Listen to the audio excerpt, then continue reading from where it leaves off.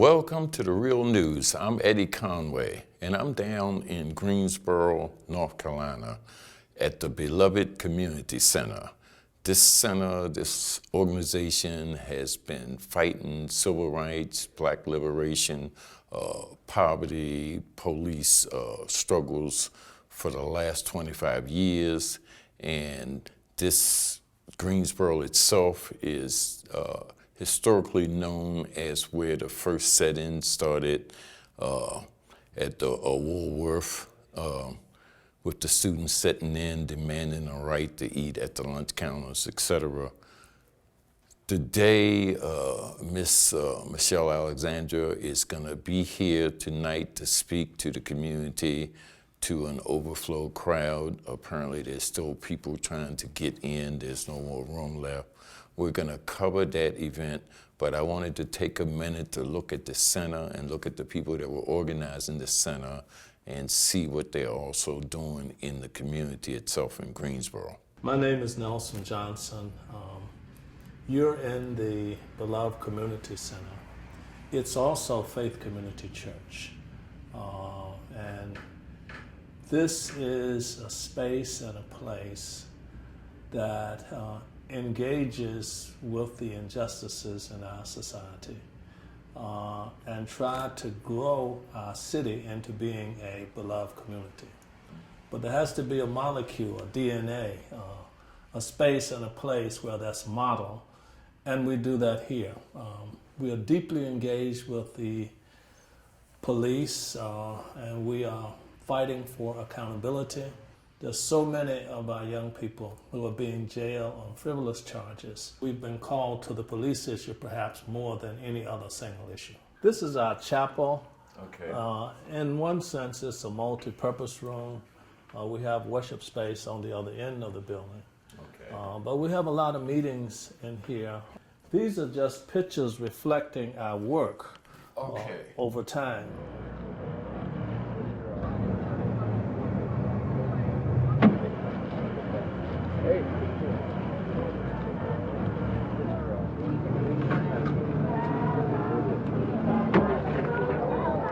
This one to your right here is about the Truth and Reconciliation process, which was the first one of its kind in the United States that was modeled after international models. Oh, Bishop Tutu? Bishop Tutu came over, several members of the South African Commission. With you? That's Bishop Tutu here. These are some of the papers. Mm-hmm. After 5 people were killed in broad daylight, and the police gave the permit to the Klan and Nazis, and then refused to come and to provide any protection. We didn't know this was happening. Mm-hmm. It's a long story and a longer cover-up story. Mm-hmm. That's why this police issue is deadly. You cannot arm people, give them the authority to use their weapons, and don't have sufficient oversight.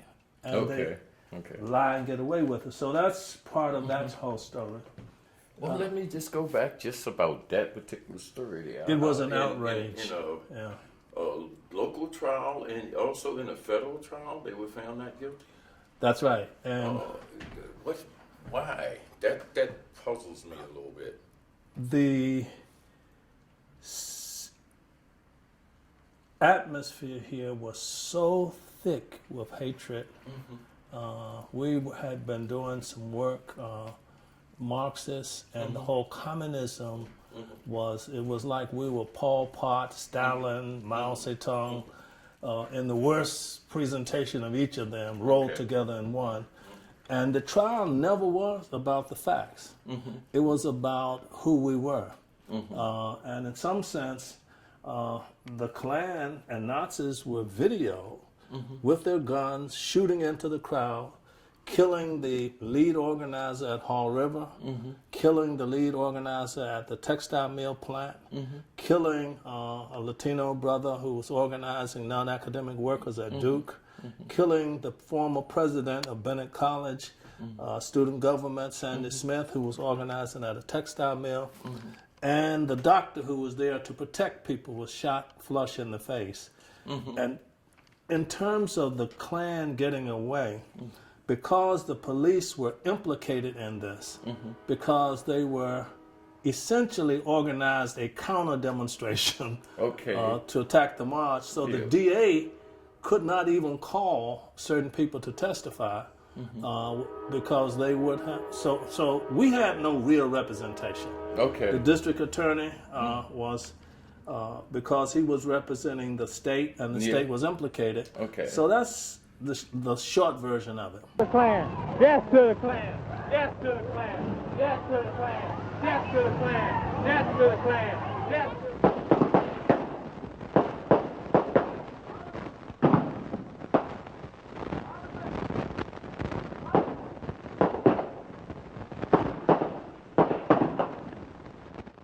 But I understand it took like maybe decades for you, the family, you and other people to organize to get it recognized as a massacre. Well, it was just recognized as a massacre less than a year ago. In May of 2015. Okay, so that's 3 decades at least. That's 3 decades. And actually, I would not have believed that this could have happened in the city that I'd lived in most of my adult life if I had not experienced it.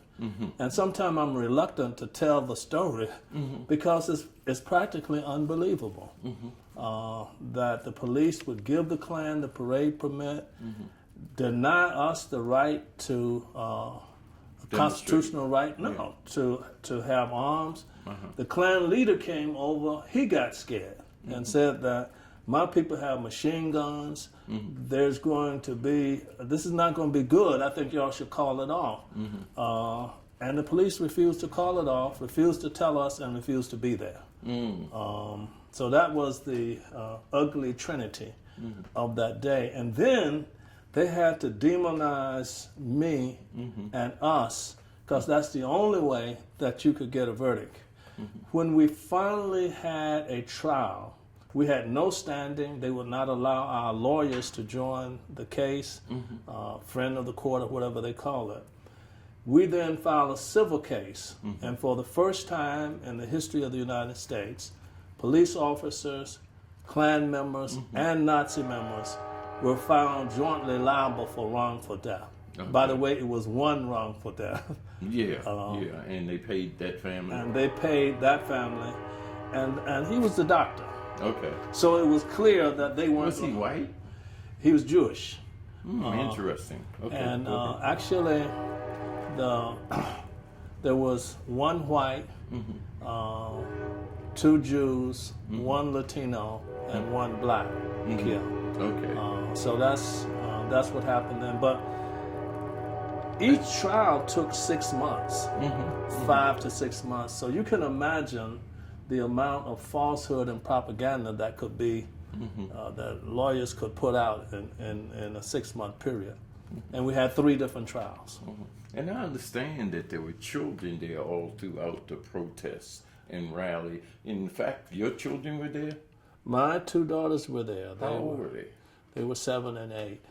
And there were lots of children there. And Sandy Smith, a black woman, as I said, she was the former student government president.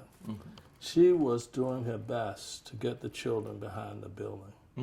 And she had put some of them back there, was coming back for more, and she was hit right between the eyes.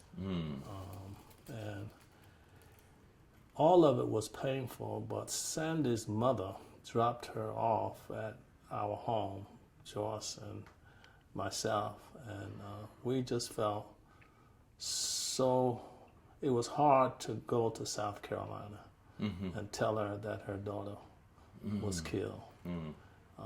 So it was, but at the time, nobody really thought of us as humans, so nobody cried for you. They were constantly blaming and covering up. And that's why this police issue is so central to our history here in Greensboro. And we found out that the lying and cover-up is deeply embedded in the culture of the police department.